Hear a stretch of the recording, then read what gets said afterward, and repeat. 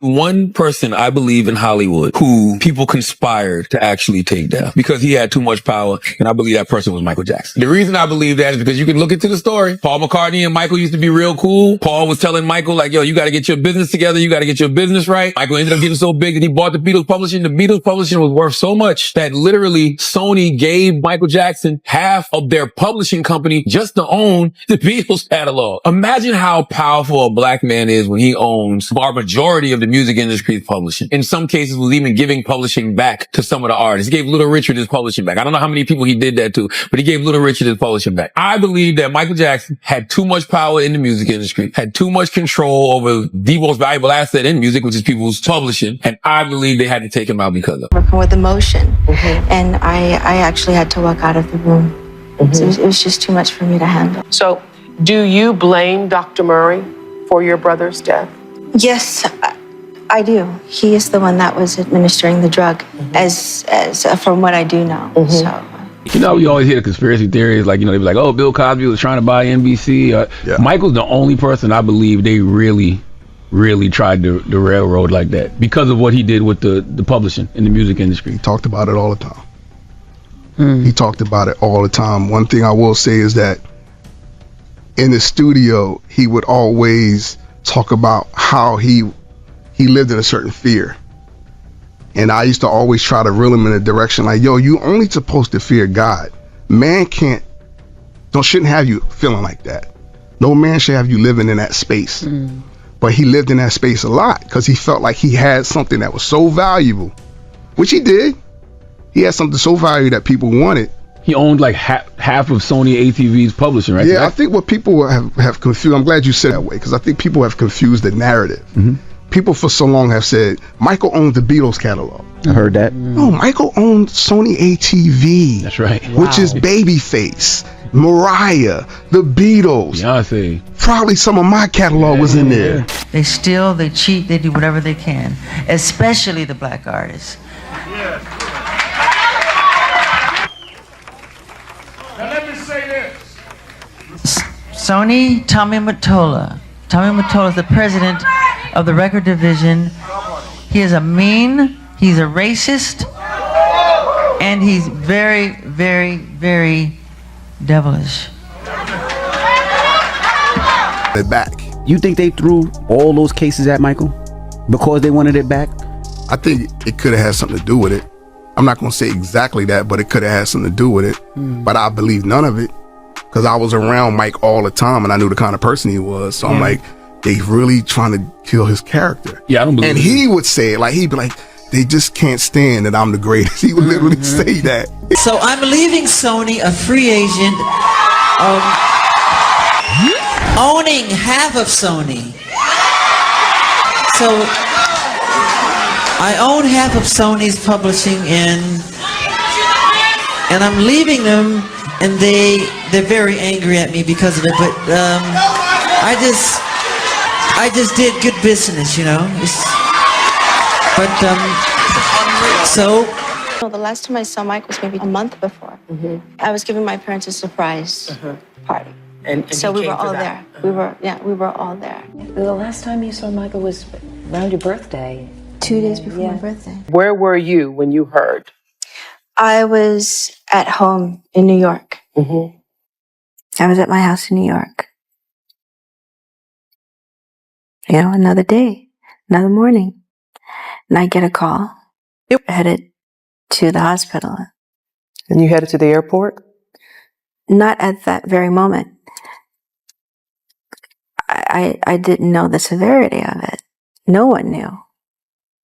I can't remember exactly who I wound up calling back to see how things were going, and that's when they told me he had passed. He had passed. Yes. Yeah. It may have been murdered. Do you still think that? Absolutely. Why? Absolutely. Why are you so sure? I would never, ever think differently. Because first of all, Michael told me that they were going to murder him. He was afraid. He was afraid for his life. Who was going to murder him? The people that were involved in his life, the people that were controlling him. This book, Starting Over, is about my life.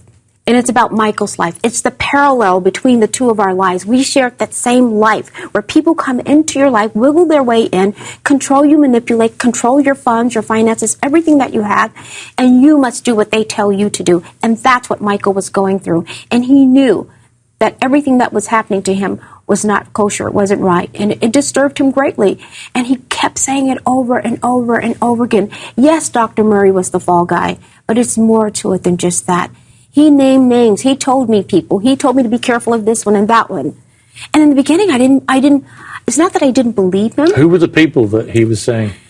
People that surrounded themselves around him, people that worked with him, people that were with him the last days. Any specific names? Michael wasn't capable of doing these shows that he was supposed to do. Michael only agreed to do 10, and it's because they had him on such a tight rope. Overcome with emotion. And I actually had to walk out of the room.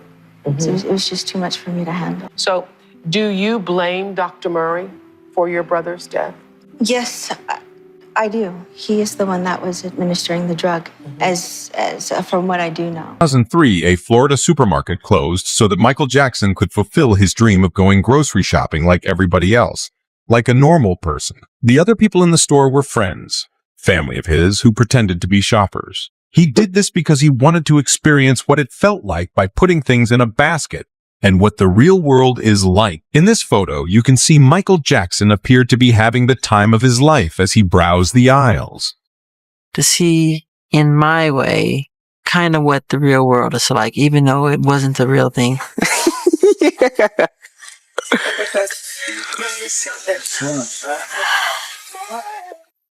Michael Jackson's death has always been clouded in mystery.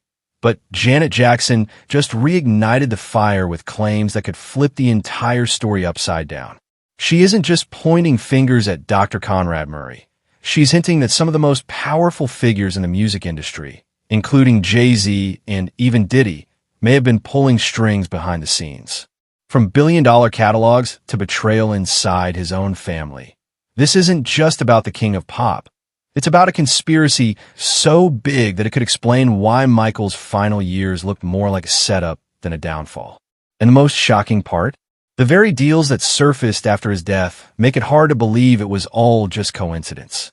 Janet Jackson just dropped a bombshell that has fans rethinking everything we thought we knew about Michael Jackson's death. For years, the official story was simple.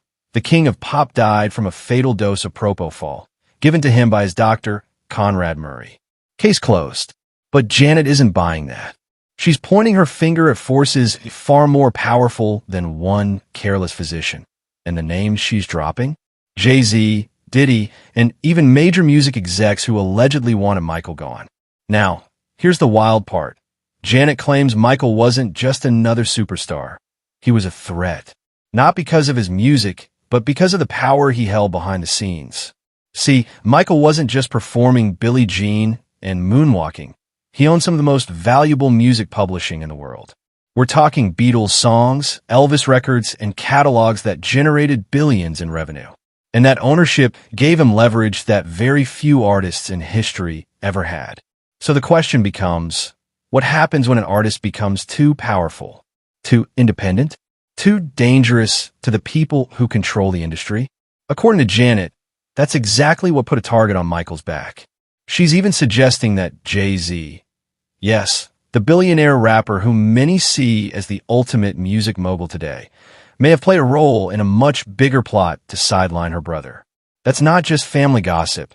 That's an accusation that ties one of the most tragic deaths in music history to a chess game for control of the entire industry. And when you look at the timeline, the coincidences start to look a little too suspicious. Michael dies in June of 2009. Just weeks later, Jay-Z signs a massive deal with Live Nation and then deepens his ties with Sony, the very company Michael had publicly declared war against. Was that just business as usual, or was it payoff? Because here's the chilling part. Michael had been warning his family for years that they were out to get him. He told LaToya. He told Janet. He told his kids. He said the industry was plotting against him. And if something ever happened, people needed to know it wasn't an accident. And now, Janet's claims bring us back to the central, uncomfortable question. Was Michael Jackson's death really the result of a doctor's negligence? Or was the king of pop systematically targeted because he had too much power, too much control, and refused to bow down to the very machine he helped build? June 25th, 2009, the day the world stopped. Michael Jackson, the king of pop, was declared dead at just 50 years old. On the surface, the story seemed tragically simple. His personal physician, Dr. Conrad Murray, admitted to administering a powerful anesthetic called propofol to help Michael sleep. But when you dig into the details of Michael's final hours, the story stops making sense and starts sounding more like a setup. Here's the timeline. Michael had been rehearsing for his massive This Is It tour, a comeback designed to prove that the king still reigned supreme. He was exhausted, yes, but he was also determined. According to Conrad Murray, Michael begged for propofol the night before to finally get some rest. Murray claims he reluctantly agreed, gave him the dose, and then stepped away for just 2 minutes to use the bathroom. When he returned, Michael wasn't breathing. Now, here's where it gets bizarre. Instead of calling 911 immediately, Conrad Murray made a different call. Not to paramedics, but allegedly to one of Sean Diddy Combs' bodyguards. Think about that. Why would a doctor, in the middle of a medical emergency, pick up the phone and call a hip-hop mobile security team before dialing for an ambulance? Fans have argued for years that this wasn't panic, it was protocol. Almost as if Murray was alerting someone that the plan was in motion. And when the 911 call finally did come through, crucial minutes had already been lost. Paramedics arrived to find Michael in full cardiac arrest, and despite desperate attempts to revive him, it was too late. But the more details came out, the more it sounded like Michael had been surrounded by people who weren't protecting him. They were controlling him. Janet Jackson herself later admitted that she had tried to see Michael in the weeks before his death, only to be blocked by handlers who insisted he was too busy, too tired, or unavailable. For Janet, this was a red flag. Michael was family-oriented, especially with his siblings. If his own sister couldn't get access to him in his final weeks, who exactly was controlling his circle, and why? Fans now look back at those final days as less of a medical mishap and more of a lockdown. Michael isolated, access restricted, a doctor on his payroll making calls that didn't add up, and a sudden death that just happened to benefit some of the most powerful players in music.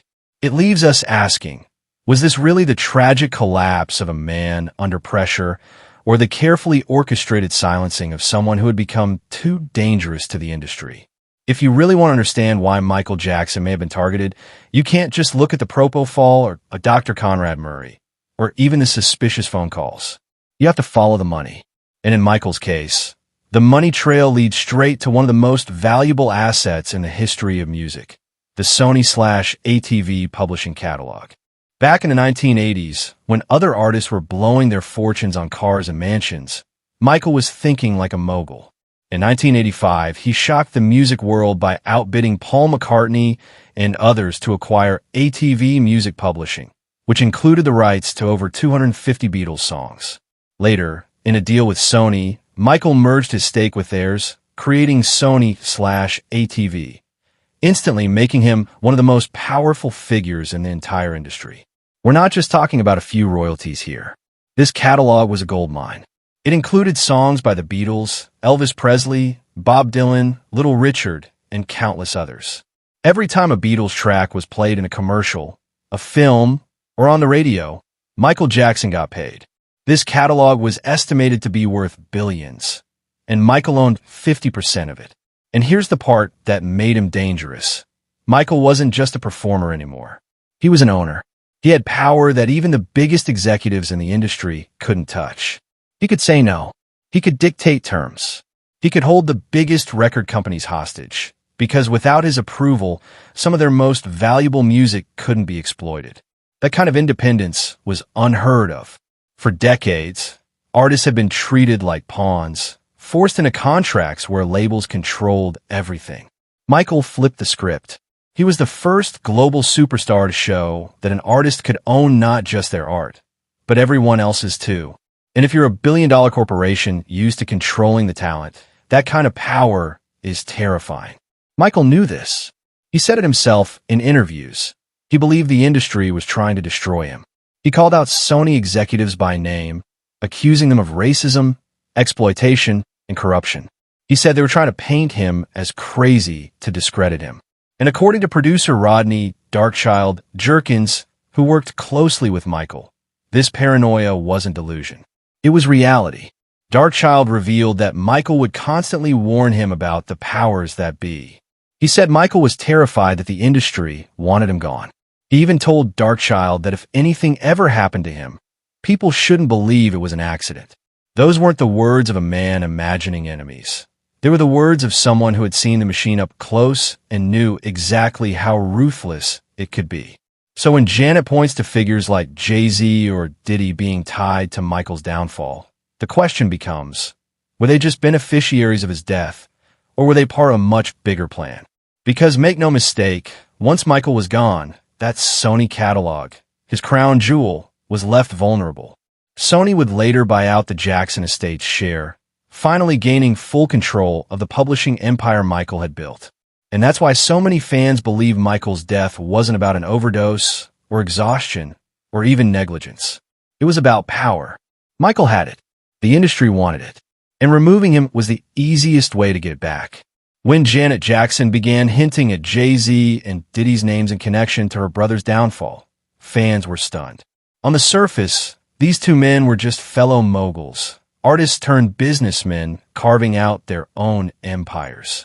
But Janet's suggestion is that they weren't simply bystanders. They were players in a much bigger chess game that ended with Michael Jackson gone and his power redistributed. So let's start with the alleged infiltration of Michael's inner circle. One of the strangest connections comes through LaToya Jackson's ex-husband and former manager, Jack Gordon. He was widely seen as manipulative and controlling, even accused of exploiting LaToya for years. Michael reportedly distrusted him deeply, believing Gordon was tied to powerful figures in the industry who wanted access to the Jackson family through him. And this wasn't paranoia. During LaToya's turbulent marriage, Gordon had her publicly speak out against Michael, making damaging accusations that fractured the family's image at Michael's lowest point. Those accusations, including claims of abuse, hit right when Michael was facing child molestation allegations in the 90s and early 2000s. Whether orchestrated or not, the timing was suspicious. It weakened Michael's credibility, painted him as unstable, and reinforced the narrative that he was no longer a global icon, but a scandal-ridden liability. That fall from grace made it much easier for powerful industry figures to push him into a corner. And this is where Janet's claims about Jay-Z and Diddy come into play. According to her, they weren't just competitors. They were opportunists moving against Michael with the blessing of Sony and other corporate giants. Think about the timing. Michael dies in June 2009. Just weeks later, Jay-Z announces his massive partnership with Live Nation and strengthens his ties with Sony, the very company Michael had been at war with.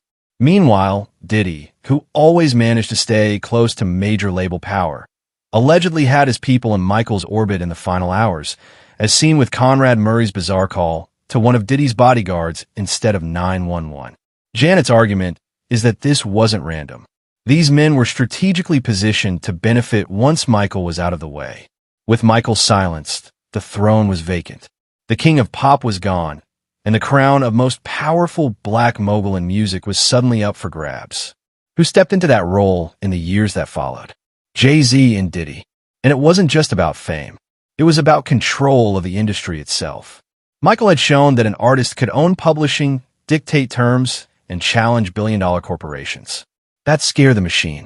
But with him gone, the industry could reward safer moguls, artists like Jay-Z and Diddy, who played the game, shook hands with the right execs, and never threatened to dismantle the system the way Michael did. So when Janet says these two were part of the plot, it's not necessarily about them injecting Michael with drugs or pulling the trigger. It's about them standing on the sidelines, helping weaken his image, infiltrating his circle, and being rewarded with power and access once he was out of the picture. Because if you look at the timeline, the accusations, the betrayals, the corporate deals, Michael's downfall looks less like a tragic accident and more like a hostile takeover. And Jay-Z and Diddy, according to Janet, weren't just beneficiaries. They were collaborators in the industry's biggest coup. If there was one moment that proved Michael Jackson wasn't paranoid, it was when he took his fight with Sony Public. By the early 2000s, Michael wasn't just battling tabloid scandals. He was battling the very record label that had helped make him a global superstar. And instead of keeping the feud behind closed doors, Michael decided to call them out for the world to see. In 2002, Michael stood outside Sony headquarters in New York City with fans chanting his name, and he launched a verbal attack against Sony's then chairman, Tommy Mottola. He didn't mince words. Michael called Mottola a devil, racist, and corrupt. He accused him of deliberately sabotaging his career, blocking his albums, and plotting to destroy him. For a megastar to publicly attack the most powerful executive in the business, that wasn't just gutsy, it was career suicide. And Michael knew it. But here's the thing, Michael wasn't powerless in this war. He had leverage, and Sony hated him for it. Remember, he still owned half of Sony/ATV, the publishing giant that controlled the Beatles' catalog and countless other hits. That meant Sony couldn't just cut him loose. He had them by the throat, and the label resented it. Industry insiders have said that as long as Michael was alive and active, Sony would never have full control of the catalog they desperately wanted. That alone made him dangerous. Michael also refused to play the game. Most artists in his position would have bowed down, signed over assets, or agreed to restructuring deals. Michael didn't. He called out the system publicly. He held on to his publishing, and he made it clear he wasn't afraid to expose what he saw as the industry's corruption. And that, according to Janet and others, sealed his fate. Now, here's where Jay-Z's name comes back into the picture. Around the same time Michael was waging his war with Sony, whispers started circulating about backroom promises being made to rising moguls. According to conspiracy chatter, Sony had already decided that Michael was too much of a liability. They needed a new face, a new mogul who could inherit the throne without challenging the system. Enter Jay-Z. It's rumored that Jay-Z's deepening relationship with Sony, and later with Live Nation and other power players, wasn't just business. It was the label grooming their next king. Unlike Michael, Jay-Z wasn't going to expose executives on stage or hold billion-dollar catalogs hostage. He was going to play ball, and in return, he was promised influence, partnerships, and access that would eventually crown him as hip-hop's first billionaire mogul. Looking back, Michael's public war with Sony feels less like a feud and more like a warning. He told the world the industry was trying to destroy him, and within a few years, he was dead. Sony, meanwhile, got exactly what they wanted. By 2016, they paid $750 million to the Jackson estate and finally secured full ownership of the Sony/ATV catalog Michael had once controlled. The very empire he had built was now completely in their hands.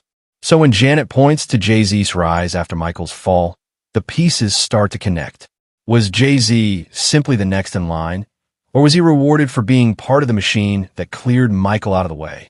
And more importantly, did Sony orchestrate one of the biggest power grabs in music history by silencing the one artist they could never control? Michael Jackson died on June 25, 2009. The entire world stopped. Fans filled the streets, tributes poured in from every corner of the globe, and the media called it the end of an era. But behind the grief, behind the tears, something else was happening. The gears of the music industry were already turning. Just days after Michael's sudden death, major business moves started falling into place. And the name that kept popping up? Jay-Z. On June 30th, less than a week after Michael was pronounced dead, Jay-Z officially announced the launch of Roc Nation, a massive entertainment company backed by Live Nation and quickly tied into Sony's infrastructure. The timing was almost eerie. While Michael's family was still fighting to bury him, new power deals were being inked that shifted the entire landscape of the music industry.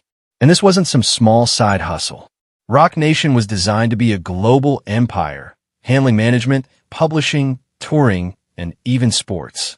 In other words, the kind of all-encompassing control Michael had been fighting to protect from the corporations was suddenly being handed to Jay-Z, wrapped up in billion-dollar contracts. Sony, the same company Michael accused of being corrupt, was now tightening its partnership with Jay-Z, the man Janet Jackson has hinted was part of the plot against her brother. Fans immediately began asking the uncomfortable question, was this timing just coincidence or payoff? How is it that the most powerful artist in the world dies under bizarre circumstances, and within days, a new chosen one, rises up with the very deals Michael had been resisting. It wasn't just Jay-Z either. In the years following Michael's death, Diddy's empire also expanded. From Ciroc deals to media networks, he positioned himself as one of the dominant black moguls in entertainment. To conspiracy watchers, it looked like a transfer of power. The king of pop was gone, and his throne had been split between two men who were willing to play ball with the corporations Michael had fought against. And then came a catalog. By 2016, Sony bought out the Jackson estate's stake in Sony/ATV for $750 million, finally taking full control of the publishing empire Michael had built and fiercely guarded. What Michael had refused to give up in life, Sony claimed in his absence. To fans, it was the ultimate mission accomplished. So now, when people revisit the events of 2009, the timeline feels less like random tragedy and more like a carefully orchestrated shift. Michael dies June 25th. By June 30th, Jay-Z's Roc Nation is launched with Sony ties. By 2016, Sony owns the catalog outright. Every piece of the puzzle falls neatly into place, too neatly for many to believe it was all by chance. The lingering question remains, was Michael's death truly the end of a life plagued by scandal and exhaustion? Or was it the trigger that allowed the industry to crown new kings and finally reclaim the power Michael Jackson had stolen from them decades earlier? For years, the official story has been that Michael Jackson's death was nothing more than a medical tragedy caused by a reckless doctor. But if you listen to Michael's own family, especially his sisters, they've never believed that. In fact, they've been some of the loudest voices insisting that what happened to Michael was much bigger, much darker, and far more deliberate than what the world was told. Let's start with Janet Jackson. Publicly, Janet has often pointed to Dr. Conrad Murray as the man directly responsible for her brother's death. She's made it clear that she believes his negligence. Administering propofol in a home setting without proper monitoring was criminal. But if you listen closely to Janet's words, she doesn't stop with Murray. She's hinted that Murray was just a frontman, the fall guy, while more powerful people in the industry orchestrated the conditions that made Michael vulnerable in the first place. For Janet, Murray might have held the syringe, but others were pulling the strings. Then there's LaToya Jackson, who has been even more direct. Not long after Michael's passing, LaToya stood before cameras and declared, Michael was murdered. She claimed her brother had told her in the months before his death that people were plotting against him, and that if something happened to him, the world needed to know it wasn't an accident. According to LaToya, Michael even described feeling trapped, surrounded by people he didn't trust, and she believes those warnings came true. LaToya has also pointed out that too many suspicious business moves happened right after Michael died for it to be coincidence. In her eyes, Michael's death wasn't just convenient, it was profitable. And she's repeatedly said that the people who benefited most are the same people Michael had been fighting against. And then there's Paris Jackson, Michael's daughter. Her words may be the most chilling of all, because they come not from a sibling on the outside, but from a child who lived in Michael's world during his final days.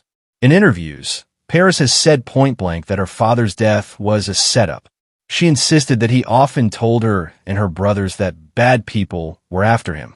Paris has described how Michael would lock down the house, avoid certain calls, and constantly warn his kids to be careful because he didn't trust the people around him.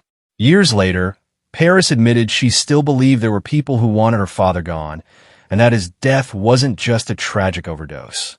For Michael's own daughter to say that publicly, despite the enormous pressure to stay silent, tells you just how deeply this belief runs within the Jackson family. When you put Janet's hints, LaToya's declarations, and Paris's warnings together, the narrative becomes clear. To the people who loved him most, Michael Jackson didn't die of negligence. He was silenced, and they've been carrying that truth with them ever since, even as the industry has tried to brush it aside. And if the Jackson sisters are right, then we're not just talking about the downfall of a superstar. We're talking about one of the biggest cover-ups in music history. So after everything we've uncovered, the suspicious timeline, the business deals, the allegation from within his own family, we're left with one haunting question. Was Michael Jackson's death truly a medical accident, Or was it the final act in a carefully calculated plan to strip him of the very power that made him untouchable? On paper, the story is simple: a superstar with health struggles, a reckless doctor, and a fatal mistake. But when you zoom out, when you look at the timing, the money, the industry shifts, and the people who benefited, that story starts to unravel. Suddenly, Michael's death doesn't look like a random tragedy. It looks like a move on a chessboard. A king removed so the game could continue without him. Janet Jackson has been careful with her words, but her message is unmistakable. She said Conrad Murray was responsible, yes, but she's also made it clear that Murray didn't act alone. Bigger players were involved. And when you remember that Janet herself is an icon who survived her own battles with the industry, you realize she's speaking from experience. LaToya flat out called it murder. Paris Jackson, Michael's own daughter, said it was a setup. And fans around the world still believe their voices because they echo what Michael himself said in his final years, that powerful people were plotting to take everything from him. And if that's true, then Michael Jackson's death wasn't the end of a life. It was the silencing of a threat. A man who owned too much, who knew too much, and who refused to bow to the very corporations that run the industry to this day. The publishing empire he guarded so fiercely is gone. The power he held was redistributed, and the artists who came after him were told, without words, what happens when you go too far. But here's the twist. Janet speaking out now may be the beginning of something the industry has tried to avoid for over a decade, a reckoning. Because if the Jackson family suspicions are true, then this isn't just about one man's death. It's about exposing how far the industry will go to protect its control. So the final question remains, one only history will answer. Was Michael Jackson's death the tragic end of the king of pop, or was it the most successful cover-up in music history?